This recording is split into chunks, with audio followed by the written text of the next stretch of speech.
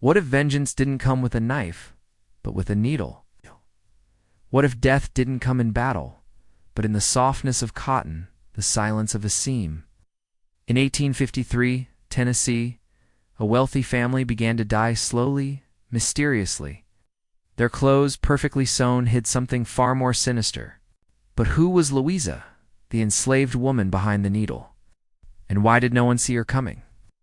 It was the humid summer of 1853, the heavy air of Tennessee clinging to the thin cotton dresses hanging out to dry in the yard. In the distance, the white-pillared plantation house loomed, its windows reflecting the midday sun with cold indifference. Inside, a family went about their familiar routines, maids serving midday meals, the mistress sipping her tea quietly, the master adjusting his wide-brimmed hat. But beneath this tranquil facade, something darker was brewing. Shadows gathered around them and seen unnamed and inescapable. In the back building, rows of wooden benches held enslaved women. Their hands were busy at needle and thread there.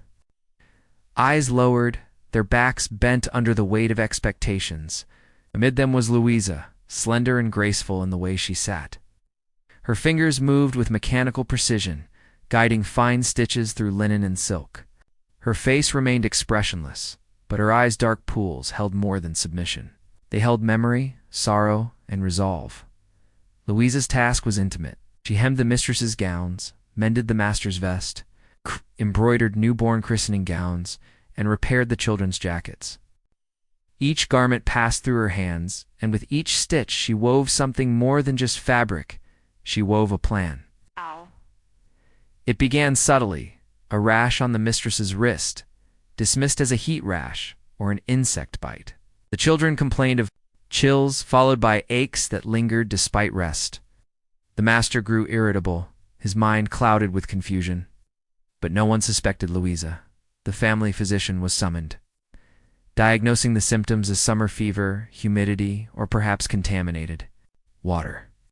No suspicion fell on Louisa, and she continued her work in silence, her lips never parting. Days passed, and the first death came, the youngest daughter, pale and still in her bed. There were no tears, just an eerie silence.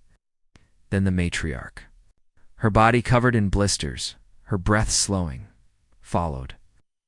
The physician grew uneasy, but his initial theory of a fever shifted to poison. Yet the clothes were sealed, and the fabric samples inconclusive. The mistress, in delirium, whispered, a feeling weightless, of fire beneath her skin. The master's appetite vanished, and his irritable eyes scanned the servants with fear and suspicion. Meanwhile, Louisa remained at her bench, sewing with the same mechanical precision. Untouched by the sickness sweeping through the house, rumors began to spread, whispers of poisoned clothing, oily residues, strange discolorations in the fabric.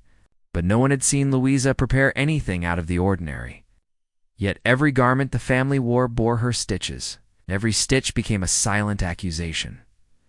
Louisa's past, however, was not as simple as it appeared. Born into bondage in North Carolina, she was sold to the South at the age of 14 after an incident that would haunt her for the rest of her life. She arrived at the plantation in Tennessee quiet, composed, and gifted with a skill in clothwork that spared her from the fields. She was placed under the mistress's supervision, working in the sewing room. But no one knew that Louisa carried more than just a needle. In her first years on the plantation, she formed a bond with an older woman named Bet, a midwife who knew the old ways. Bet spoke of roots and plants that could kill when applied in precise quantities, and Louisa learned them: algasweed seeds, belladonna berries, wild hemlock resin. The family never suspected her. She would collect these plants under the guise of gathering herbs for dyes, and no one questioned her. As the summer progressed, the signs of illness in the family grew more evident. Servants who came into contact with the family's clothes began to show signs of sickness, ulcers, rashes, nausea. The plantation doctors suspected environmental toxins, but nothing seemed to make sense.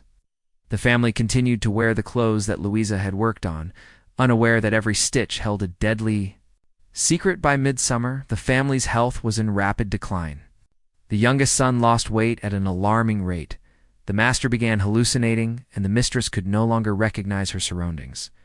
The children, once full of energy, were now sickly and weak. The house's doctors suspected arsenic poisoning, but had no proof. Fear began to spread throughout the house, and the rumors of witchcraft grew louder. Whispers of Louisa's involvement began to circle, but no one had any concrete evidence. One evening, after the overseer's daughter collapsed after wearing a shawl repaired by Louisa, suspicion reached its peak. The overseer demanded that Louisa be confined to her quarters. But the master, too weak to speak, mumbled that she had done nothing wrong. The house descended into fear. People began to whisper about Louisa's powers. Some feared her, others kept their distance, and a few left offerings at her door. Small threads, beads, roots, tokens of acknowledgement, not gifts. Despite the mounting fear, Louisa continued to sew, her hands steady and calm. She remained untouched by the sickness that claimed the rest of the family. Her silence became her weapon, and with each garment she stitched, she tightened the noose of suspicion around the family. As the death toll rose, servants began to refuse to handle the family's clothes. The plantation was filled with dread. Then, a fire broke out in one of the sheds. While it was quickly contained, the fear spread. Some believed the land was cursed. Others whispered of voodoo or spirits, but no one spoke openly about Louisa. The plantation's once proud halls were now empty, the laughter silenced, and the air thick with tension. Days later, Louisa vanished without a trace. A search was launched, but there were no signs of her. The door to her room had not been forced open, and the tracks outside led nowhere. She disappeared into thin air, leaving behind only an unfinished garment with the master's monogram sewn. Into it, the plantation was eventually abandoned, left to rot in the Tennessee woods. The family's decline became a certainty, and by winter, the house stood in ruin. Yet, the story of Louisa persisted. Some claimed she drowned in a nearby creek, while others believed she escaped north, aided by those who knew what she had done. But among the enslaved people who remained in the region, a different story was told of a woman who sowed death not out of hatred, but out of memory, out of justice. Years later, the land was sold for timber, and during the clearing of debris, a trunk was found beneath the floorboards of the sewing room. Inside, scraps of fabric, neatly folded and labeled with names, the same names from the family's burial records. One of the pieces, when handled by a worker, caused a rash that lasted for weeks. The story of Louisa lived on in whispers, in legends, and in the haunted fabric that no one could explain. The plantation remains untouched. Not out of respect, but out of fear. Trees have overtaken the paths, the roof has collapsed inward, and no bird's nest in the rafters. But in the sewing room, still faintly visible under layers of dust, is a message scratched into the stone. 5 letters etched into the wall. Lewis. Was it Louisa's name, a warning, or a confession? No one knows. But when the wind moves through the house, it sounds like threads slipping through fabric.